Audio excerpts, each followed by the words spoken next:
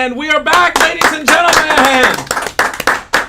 Thank you so much for joining us today for another great episode of On Air with Pierre. We are honored today, and we are delighted because our first guest is the Honorable Mayor Pat Hallisey. Welcome, Mayor. Thank you, Pierre. How nice are you to be today? with you. Thank yes. you. See, look, the studio is excited to have you here. I have friends here.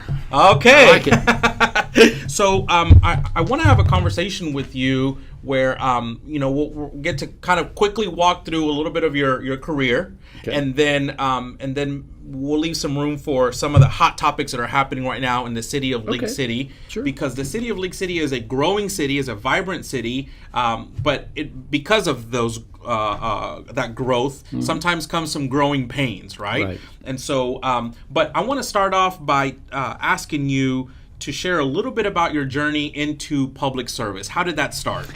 Well, I'm going to say about 45 years ago, I was out in Odessa, Texas, of all places, and I was a swimming coach, and I got hired to come back to this area. I'd started here earlier, and when I came, they were starting a parks department in League City, which appeared to me to be a bigger audience for me to rattle at and try to get some things done. So I took the job. 3 months later, I was the director.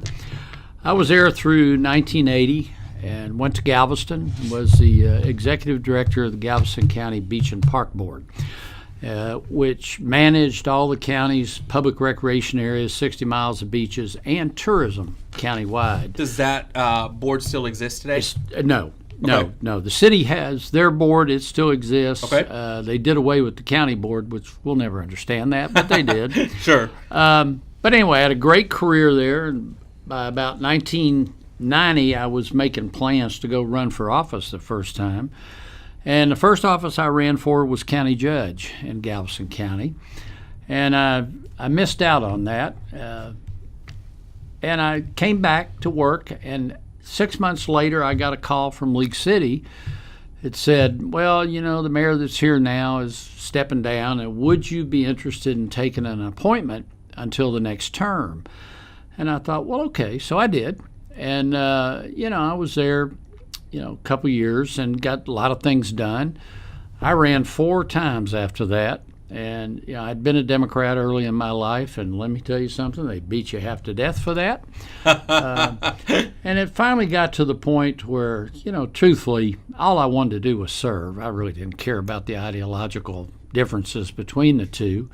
I believe basically in a Jeffersonian quote that government's purpose is to do for its people what they reasonably can't do for themselves. Sure.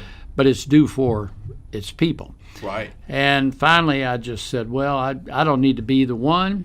Went in there 3 years ago and on my 5th run for League City Mayor and got in. Finished up Tim Paulison's term. He had left to go run for county commissioner's job. And then ran against last year for a full term and won that by 68%. I had a good turnout. And the city, you're right, the city's growing. It is a magnificent place to be if you're interested in building things, and that interests me. 45 years, and so you've had I guess what you could say a kind of a 45-year head start, right, into public service, because what's happened is it almost seems like the challenges continue to get bigger and more challenging, right? They do, and not just challenging in the realm of public service, but mixed of that is some personal challenges, health challenges, yes.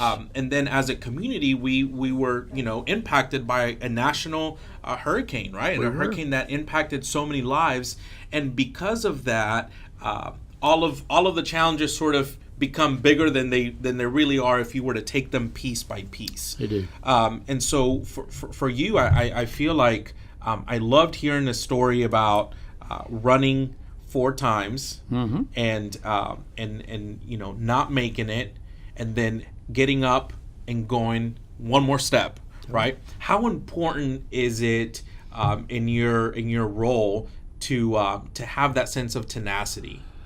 Well, I think, if you expect things in government to happen overnight, first of all, you're in the wrong business. Sure. It takes time. It takes planning. And, the moral to the story is you can't afford to give up. I mean, it doesn't matter what you do in life. Running for mayor is just an example, but every one of us face those challenges that the first time we hit a brick wall, we sit back and we go, well, maybe I shouldn't try that again. Right. But the truth is, if you were committed enough to try it the first time, make sure you're committed enough the second time. And why would you walk away from a task that was incomplete? Sure. It's not good for you personally. And Absolutely. Yeah, you get hit with some challenges, and we got hit with some challenges a year and a half ago. Sure. But I couldn't wait to get back to work. I was having them come to the hospital so I could sit around and talk about what was happening in the city. And I don't think I was home probably 3 weeks. I was back up at City Hall, and I haven't slowed down since. Sure. It's just a passion, and life without passion is like life without direction. Sure. And it becomes meaningless, right? That's right. It does. And it's clear from what you've just talked about that your passion is in public service. It is. And from what you just said, that it's important to develop that sense of tenacity and being willing to say, I just got to know, but that just means that probably I'm closer to a yes, well, right? That's right. And so now, in the midst of all of that, talk to me a little bit about your journey has not been alone, because you have a strong, tenacious and boss. So you hear her on the show. He's calling her the boss, but your dearly beloved wife, yes. Janice Hallisey. Walk us through a little bit about how important her role has been, and especially in the midst of all the things that have been happening in the last recent 2-3 years. Well, let me tell you, from day one, and there's a debate at my house whether we've been married 34 or 37 years, but she of course is right. I asked her to marry me within a week because my mother disowned me, but I knew it was the right thing to do. Okay. We just clicked, and she's been a great life partner in everything that we've done. When it came to the challenges of the last year and a half, I'll be honest with you, I wouldn't be here today if it was not for her. I'm sure I would have lapsed back into going to one of the fast food places to eat some greasy hamburgers because I like them. But she makes sure I eat correctly, makes sure I stay away from the things that are not in my best interest, and is still continues to be a wonderful partner. I love you, Janice. Oh wow! So you're hearing the authentic story sharing of the what's the saying? Behind every great man, there is a even greater woman. That's correct. Right? That's and correct. So woman. Right. I make sure I don't say women. No. Woman. No, that's right. Well, and we certainly have Janice here in the studio with us, and our a big shout out to her, because I can tell you, Mayor, that I've had multiple conversations with Janice, and it is very clear and evident in my conversations with her that she is always thinking about you, thinking about your health, and what a valuable relationship and partnership to have there. I'm very, very blessed, because it certainly helps in the realm of public service. It helps in the realm of life. In the realm of life, there you go. You go through life. Public service has certainly got its set of challenges, but Sure. You know something? When you're with somebody who supports you for whatever you do, it makes it a lot easier. Absolutely. If you have to fight somebody at home, it's a tough job. To all of our viewers that are just tuning in, we're talking with the Honorable Mayor Pat Hallisey. He is at the forefront of a city that is growing fast, and we've been talking about that growth sometimes comes with growing pains. It does. What are some of the, according to your understanding, what are some of the pains that you think the city is going through that have required some attention and some addressing? Well, keeping pace with infrastructure and growth is a very difficult item. Infrastructure is expensive as it can be, and then you get hit with Hurricane Harvey, which dropped 55 to 60 inches of rain, which was unparalleled in the history of Texas Gulf Coast. Absolutely. And so, we are working hard. Our city manager signed 7 or 8 engineering studies for the hardest hit neighborhoods the day after the storm receded. We're well on our way. We have the studies that have been done. We have had all the public hearings that we can have. We have formulated a bond issue to deal with those. Actually, two major issues on the bond issue. One, $72 million for drainage improvements, and $75 million for road improvements, because traffic has just overwhelmed us. We are looking to pay for that. I think it's always important to note, and I think we have some clever people that work for us. We are looking at a sales tax referendum, which is the third component of this bond issue. Sales tax is designated specifically for drainage and roads. It's not going into an account to wait for later on or any other thing. It's a new twist on sales tax in League City. We've been to the voters 3 times for an economic development sales tax, and we're defeated 3 times. This time, so this is the fourth. This is the fourth attempt, and I like fourth attempts. Yeah, it sounds like there's a good streak there. But we have to do something about drainage. Okay. And I would say this too, that internal drainage within the city is a challenge. We have direct control over it, but there is a regional challenge for all the cities, and we are active participants in the Clear Creek Watershed Committee. Active participants in the Dickinson watershed, which both of those drain League City.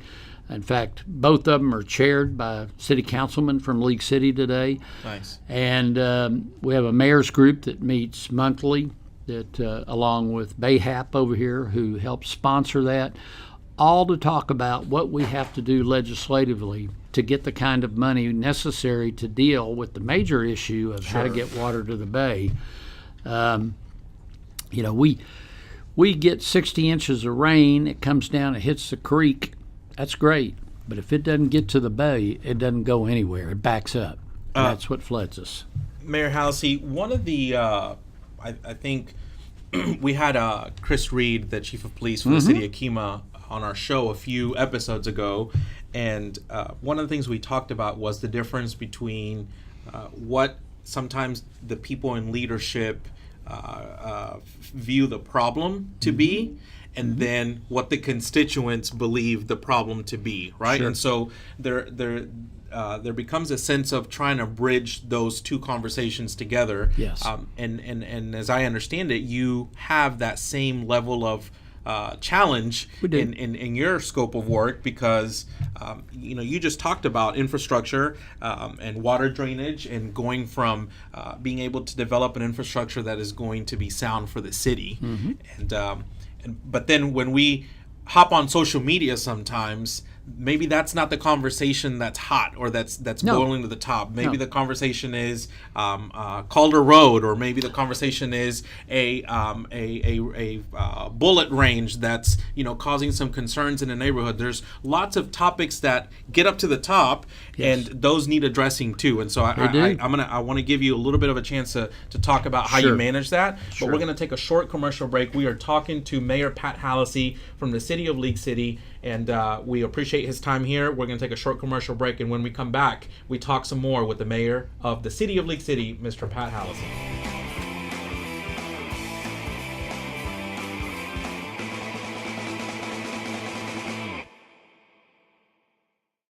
Every meeting and group event deserves to be at South Shore Harbor Resort. From extravagant to intimate, trust us to make your next business event a success. Perfectly located just 30 miles south of Houston, South Shore Harbor Resort is the largest full-service waterside resort in Southeast Texas. Mixing business with pleasure has its benefits. Our executive chef has created a delicious menu full of the best local ingredients. With upscale, casual, and poolside dining options, there is something for every appetite. Business has never been easier with such amazing choice of meeting spaces that provide a relaxed waterfront setting. Our state-of-the-art amphitheater is perfect for delivering a winning presentation. Swim, float, or paddle up to the poolside bar and enjoy the sun in our amazing 185-foot tropical oasis pool. Or take your time and lounge around in one of the beautiful private cabanas. You're going to sleep well in our luxurious, spacious, and airy rooms, furnished with plush bedding and a maritime theme. business does not have to be all business while conferencing at South Shore Harbor Resort and Conference Center. Memories made here. Welcome to Live to Lead. This truly is a one-of-a-kind day, a day where transformation happens. When I use the term leader shift, what I'm talking about is having the ability to make positive changes in your life and in the life of the group that you lead. When you understand that it's not just about you in the moment, it changes everything, it shifts. If we always do what we've always done, we'll always get what we've always got. I want more than that. And I can only do that if I am constantly looking for ways to shift my comfort zone. My shift actually is from goals to growth. My shift would be knowing that it's not about me. My shift will actually be in the way I look at growth. My shift would be leading outside of limits. It has been an amazing experience.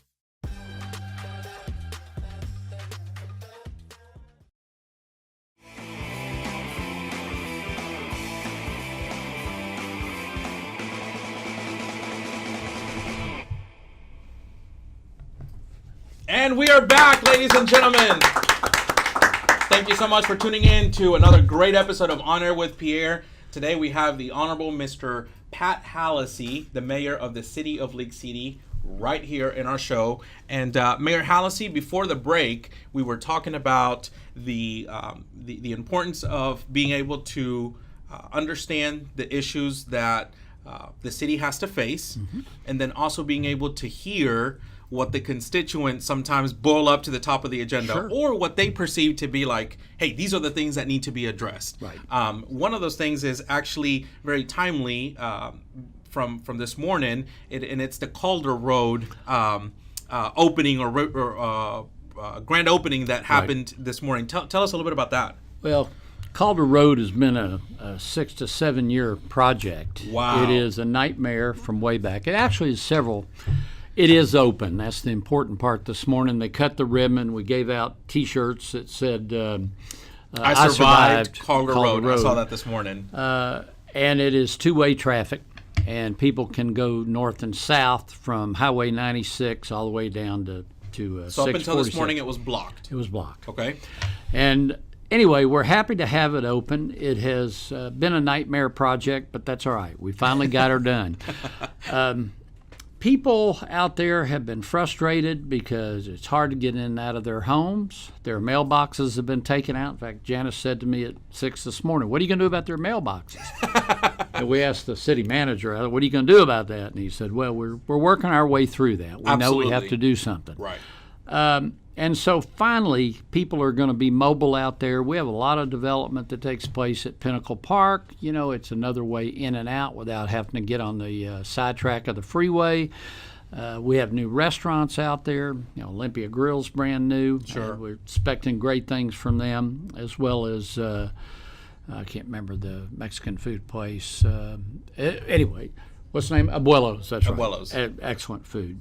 But anyway, and then Mi Bella, little Town Italian, restaurant. Yeah, absolutely. Great place. So whenever a new place comes into town, sometimes citizens are what happens when they don't like who's coming into town? Well, in my time, in the last 3.5 years, there's only been one of those. And I tell you, every mother in town seemed to have my phone number.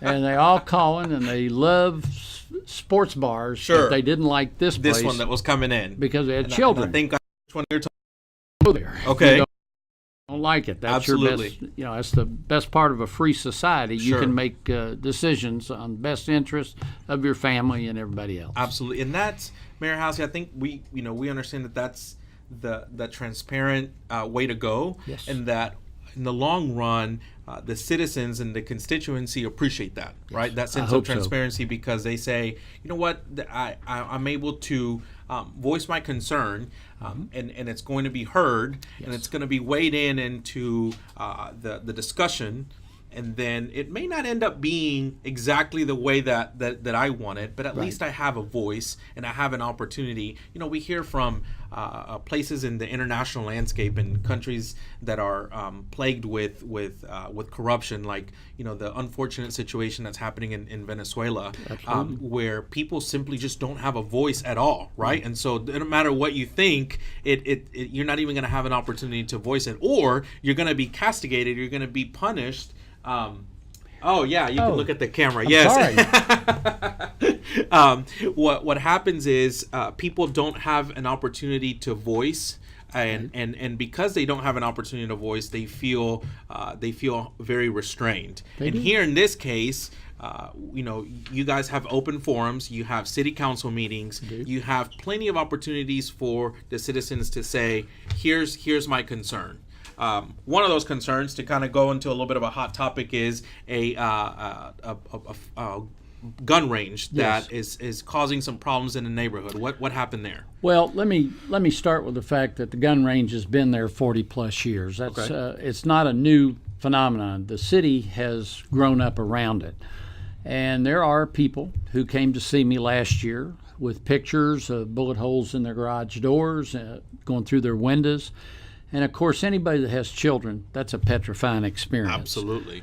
So we took it serious. After the first trip in to see us, we contacted the owners of the gun range. They made a lot of modifications out there to try to control gunfire, keep people from shooting up in the air. They've got covers over the shooting areas. And in fact, they have just spent about $40,000 to improve the range. However, at this point, I'm not sure that improvements to the range will ever make residents feel comfortable because it's next to a neighborhood. Now, we found out from our police department that we have no jurisdiction over a sports shooting range within a city. That's state law. So the first thing we did is we called Dr. Greg Bonin and we told him about the problem. He is presently looking into what can be modified in that law so that we do have some control. We're lucky that the owners of the gun range are good League City citizens and have been for a lot of years, and they are bending over backwards to try to accommodate the fears of people that live out there. There was a meeting held last night. I was at another meeting. It's the first one I missed, but our city manager and a couple council members went. And I understand that it got a little contentious, but that's understandable when people's children are at stake. They came up, they heard what we were doing about it. Of course, it never moves fast enough in our business, but we are doing it. We haven't forgotten them. And one of our major emphasis for the last 4 years, 3.5, 4 years, has been reconnecting the dots to the people we serve. And that means we have to talk to them. Absolutely. Any neighborhood that calls, I go and I talk. I think the first year until my accident last year, I was given 150 talks a year. Wow. Other council members, city manager doing the same. We're all over social media, not only Facebook, but we have our own TV station. And, there is a lot of information that gets poured out of there. Sure. There are no secrets down there any longer. That was always the complaint when I first ran, is that we didn't tell anybody what the city was doing. Now they're sick of us telling, and they wish they could get on to Leave It to Beaver or whatever the next show is. That's right? And even with all of that information, there's still all of that room for people to sometimes either not get the full picture of an issue. And Mayor Hallisey, I want to thank you so much for spending some time with us today. Before we close and go to a commercial break, talk to us a little bit about your vision for League City in 2020, in 2030. Where do you see the city going in the next few years? I see us building out. We're at about 115,000 today. All projections are that we will cap out at 250,000 over the next 20 years. Wow. So we're halfway there. That's going to continue. We would love, and that's part of what we've been working hard on, to diversify that tax rate a little bit, because 82% of tax revenue today comes from rooftops, people that live in homes. And commercial development is like profit to a city. We don't have to provide the same level of service. Sure. our Highway 96 development with a convention center. Greg Bonin and Larry Taylor carried those bills for us last time at the legislature, gave us an opportunity to pay for a convention center through the state's portion of the sales tax, bed tax, and mixed drink taxes, which we've never had before. So we've laid everything out. We have a $500 million development sitting out there. And I'll tell you, a $500 million development is not easy. Absolutely. It comes with its challenges, and we are being confronted by those challenges almost every day. But, as we tell everybody at City Hall and the people who listen, we have to work through these things. We can't quit. And my basic belief is you just put your head down and you keep working to get to where you want to go. This is going to be a good-sized city. The Grand Parkway looks like, at this point, Governor and Lieutenant Governor have loosened their grip on toll roads. It looks like it may be coming in the next 5 years. We're excited about that because 65% of our working population in League City goes to the northwest side of Harris County. So that plus it enables us to have another corridor for commercial development. So we're excited about the future. It's hard not to be. We're building 800 to 1,000 homes a year. Wow. That's at 3.5 people per. So we'll make the 250,000 in the next 25 years. I don't think there's any doubt of that. And it's not that we want to be the biggest. I've always said being the biggest is not the objective. Being the best is the objective. Absolutely. And the quality. And getting better from where you were yesterday. Absolutely. Right? Being able to improve from one day to the next. And of course, to everything you just talked about today, having that open forum and that willingness to be able to have transparent and and honest, authentic dialogue with the constituents. Mayor Hallisey, we want to thank you once again. Thank you. Let's all give Mayor Hallisey a big round of applause. Thank you. Mayor Hallisey, we sincerely wish you the best. Thank you. Our doors are open at the show here anytime you want to come and talk with us, and hopefully we can later on in the year have you come back to give us an update on all the great things that are happening. Happy to. We love your energy and your willingness to set the example for what public service should look like, and please take care of Janice for us as well. I will. I try. Janice takes care of me. Yes, though, sir. We're going to take a short commercial break, and when we come back, we talk with celebrity chef Mary Bass. All of this and more on Air with Pierre. All right. Thank you.